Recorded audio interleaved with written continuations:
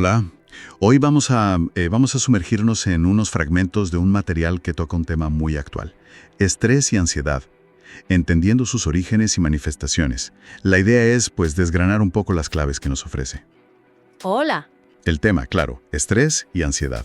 Nos toca a casi todos, ¿verdad? Forman parte de la vida, pero ¿sabemos bien qué son? ¿De dónde vienen? ¿Cómo se notan? Esa es un poco la exploración que queremos hacer hoy, basándonos en lo que dice esta fuente. Y es una exploración importante, sí. Entender esto es clave hoy en día. Y fíjate que el material se apoya en referentes como la American Psychological Association, la APA, Ajá. el National Institute of Mental Health, el NIMH, e incluso menciona a Robert Sapolsky. Esto ya nos dice algo, ¿no?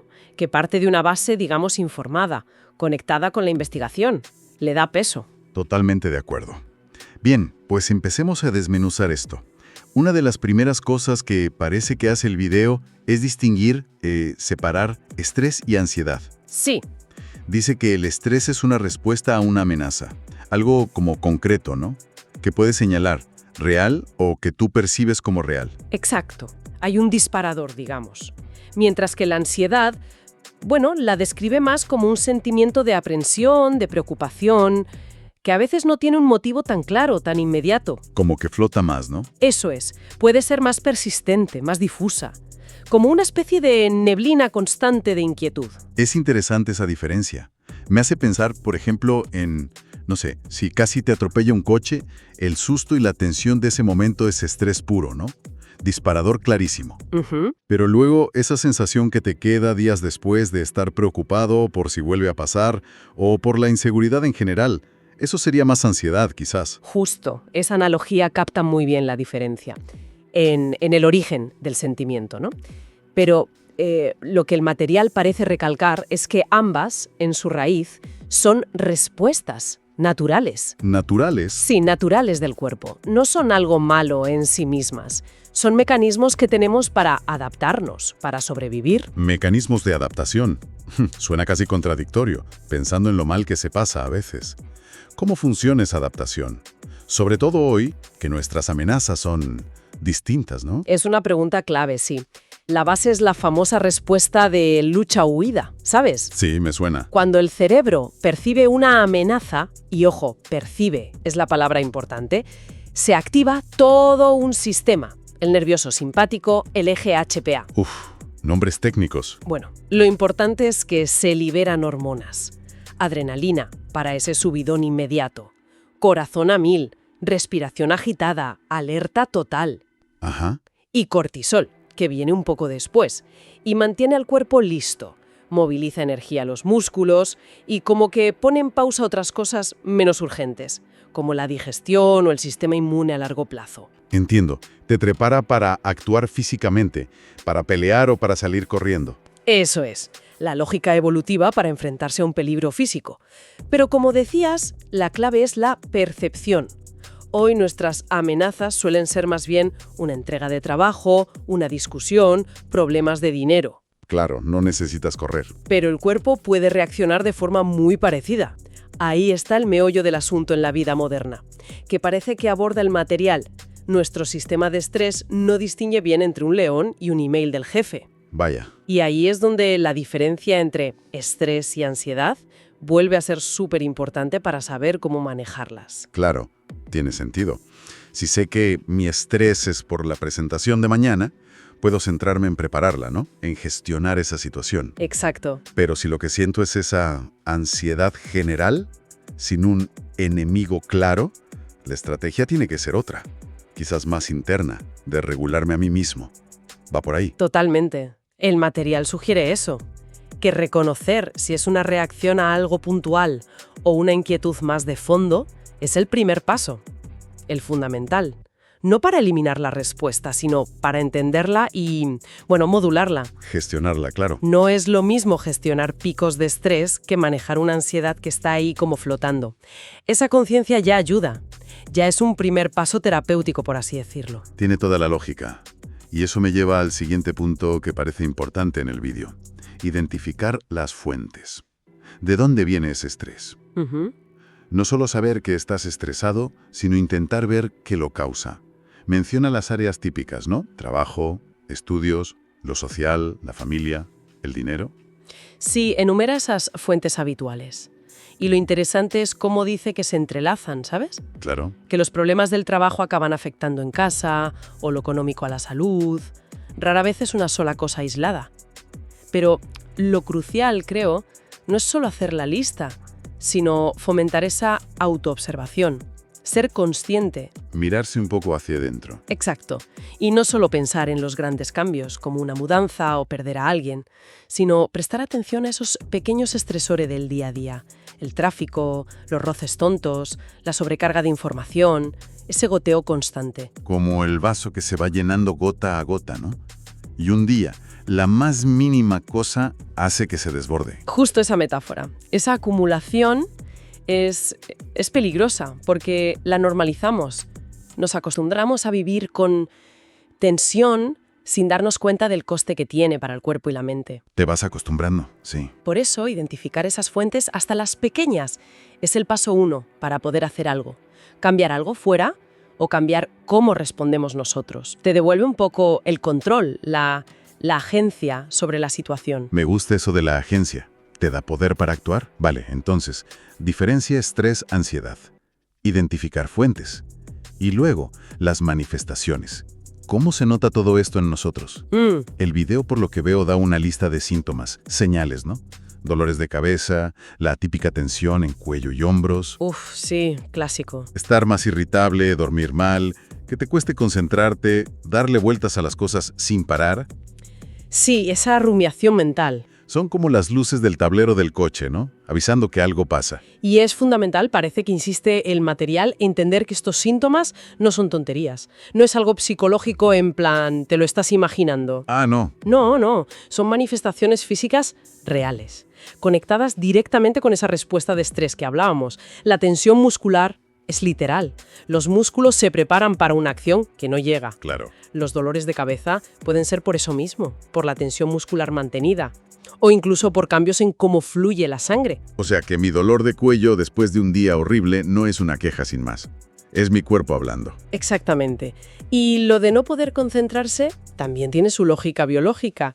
Si estás en alerta, tu cerebro está más pendiente de escanear por si hay peligros, ¿sabes? Hipervigilancia. Ajá. Y eso dificulta mantener la atención en algo que requiere foco, como leer un informe. Tu mente está como demasiado ocupada estando alerta. Y el insomnio, pues parecido. Cuerpo y mente superactivados. No pueden bajar la persiana para descansar. Queda clarísima esa conexión mente-cuerpo que parece que subraya el vídeo. Lo que pensamos y sentimos, preocupación, enfado, tiene un reflejo físico directo, medible. Sin duda. Y reconocer esas señales no es solo para poner la etiqueta de estoy estresado o tengo ansiedad. Es para entender que el cuerpo nos manda mensajes importantes. Hay que escucharlo. Claro. Ignorarlo siempre, pues puede pasar factura a largo plazo. ¿Y eso conecta con las referencias que mencionan? Hablemos de eso. Cita explícitamente a la APA y al NIMH, que son, pesos pesados en salud mental. ¿Qué implica que se apoye en ellos? Pues implica que busca ser creíble, ¿no? Que se alinea con lo que se sabe a nivel científico y clínico. La APA define muchas cosas, edita manuales clave. El DSM, por ejemplo. Exacto. Y el NIMH es líder en investigación. Citarlos sugiere que la información no es una opinión cualquiera, sino que se basa en consensos, en datos de la comunidad científica. Le da rigor. Entendido. Y luego está esa mención que me pareció súper interesante. Robert Sapolsky y su libro ¿Por qué las cebras no tienen úlceras? Ya solo el título te hace pensar. Sí, es genial. ¿Qué aporta esa referencia? Aporta una perspectiva, yo diría que crucial. Es como la pieza que une muchas de las ideas. Sapolsky es un neuroendocrinólogo. Estudia cómo interactúan el cerebro y las hormonas, sobre todo con el estrés. Vale. Y su trabajo y ese título tan gráfico apuntan a una diferencia clave entre cómo viven el estrés la mayoría de animales y cómo lo vivimos nosotros, los humanos. ¿Y cuál es esa diferencia? ¿Que las cebras son más zen? No exactamente zen, sino más bien la duración y el porqué de la respuesta. A ver, Una cebra siente un estrés brutal si la persigue un león. Su sistema de lucha o huida se pone a tope. Lógico. Pero si consigue escapar, en cuanto el peligro pasa, ¡puf!, su cuerpo vuelve a la normalidad. Bastante rápido. Se pone a pastar. No se queda rumiando sobre el león. Ah, claro. No se queda pensando, madre mía, qué susto. ¿Y si vuelve mañana? ¿Y si me mudo de sabana? ¿Mis rayas serán lo suficientemente disuasorias? Exactamente. Nosotros, en cambio, con nuestra mente tan compleja, podemos anticipar peligros futuros que a veces ni existen. Podemos darle 1000 vueltas a algo estresante, que ya pasó. Preocuparnos por cosas abstractas, el trabajo, qué piensan los demás, la economía. Nuestro cerebro puede activar la misma respuesta física que la cebra ante el león. Pero por un pensamiento. ¡Eso es! Por causas que no son un peligro físico inmediato. Y lo peor, podemos mantener esa respuesta activada días, semanas, meses, años. Y esa activación crónica, ese es el problema real. No la respuesta en sí, sino que no se apague. Precisamente. Sapolsky argumenta que muchas enfermedades modernas ligadas al estrés, problemas del corazón, metabólicos, inmunes, digestivos, como las úlceras del título, y hasta mentales, no vienen tanto de la respuesta de estrés puntual, que es útil. Sino de que la mantenemos encendida. Exacto, la activamos de forma prolongada y muchas veces por razones psicológicas o sociales, no por un peligro físico real. Nuestro cuerpo no está hecho para estar en modo emergencia constante. Es una idea potentísima, ¿eh? Conecta la biología, la evolución con la vida moderna y cómo pensamos. La mención de Sapolsky no es solo una cita, es una clave para entender todo. Totalmente. Subraya que el reto no es quitar el estrés, imposible y hasta necesario a veces, sino aprender a gestionar nuestra relación con él, darnos cuenta de cuándo se activa de más o por demasiado tiempo y aprender a volver a la calma. Algo que la cebra hace, bueno, más fácil. Fascinante. Entonces, ¿intentamos como resumir las ideas principales que hemos sacado de estos fragmentos? A ver. Primero, esa diferencia importante. Estrés por algo concreto. Ansiedad más como una preocupación general. Segundo, lo crucial de mirarnos y ver qué nos genera tensión, lo grande y lo pequeño de cada día. Tercero, reconocer los síntomas físicos y mentales, dolores, tensión, dormir mal, irritabilidad, darle vueltas a todo, no como debilidades, sino como señales reales del cuerpo. Exacto. Y todo eso, como decíamos, enmarcado en la idea, apoyada por las referencias a APA, NIMH y sobre todo Sapolsky, de que son respuestas biológicas, naturales. El kit de la cuestión, lo que plantea el material es cómo nosotros, con nuestra mente compleja y en este mundo moderno, manejamos, o a menudo manejamos mal, esta herencia evolutiva. ¿Cómo la llevamos a ser algo crónico y problemático? Queda claro. Las referencias que cita, APA, NIMH, Sapolsky, son como señales en el camino para quien quiera profundizar, ¿no? Dan solidez a lo que se expone. Sin duda. Son puntos de partida excelentes para explorar más. Confirman que el material busca apoyarse en conocimiento contrastado. Muy bien. Creo que hemos conseguido sacar bastante jugo a estos fragmentos, ¿eh? Tenemos una visión más clara del estrés y la ansiedad según esta fuente. ¿Qué son? ¿De dónde vienen? ¿Cómo se notan? Sí, ha sido una buena revisión. Y para terminar, quizás una reflexión que me viene justo de lo de las cebras de Sapolsky. Si estas respuestas son tan naturales, tan básicas, ¿qué es lo que hace que en nuestra vida moderna, o en nuestra forma de verla, esta herramienta de supervivencia se convierta tan a menudo en una fuente de sufrimiento? ¿Será la naturaleza de nuestras amenazas de hoy tan abstractas, tan constantes? ¿Será nuestra capacidad casi infinita de preocuparnos por el futuro, de darle vueltas al pasado? ¿O quizás hemos perdido las formas sociales o personales que antes ayudaban a apagar esa respuesta y volver a la calma? Bueno, dejo esa pregunta ahí, en el aire, como una invitación a seguir pensando sobre nuestra propia experiencia con el estrés y la ansiedad hoy en día.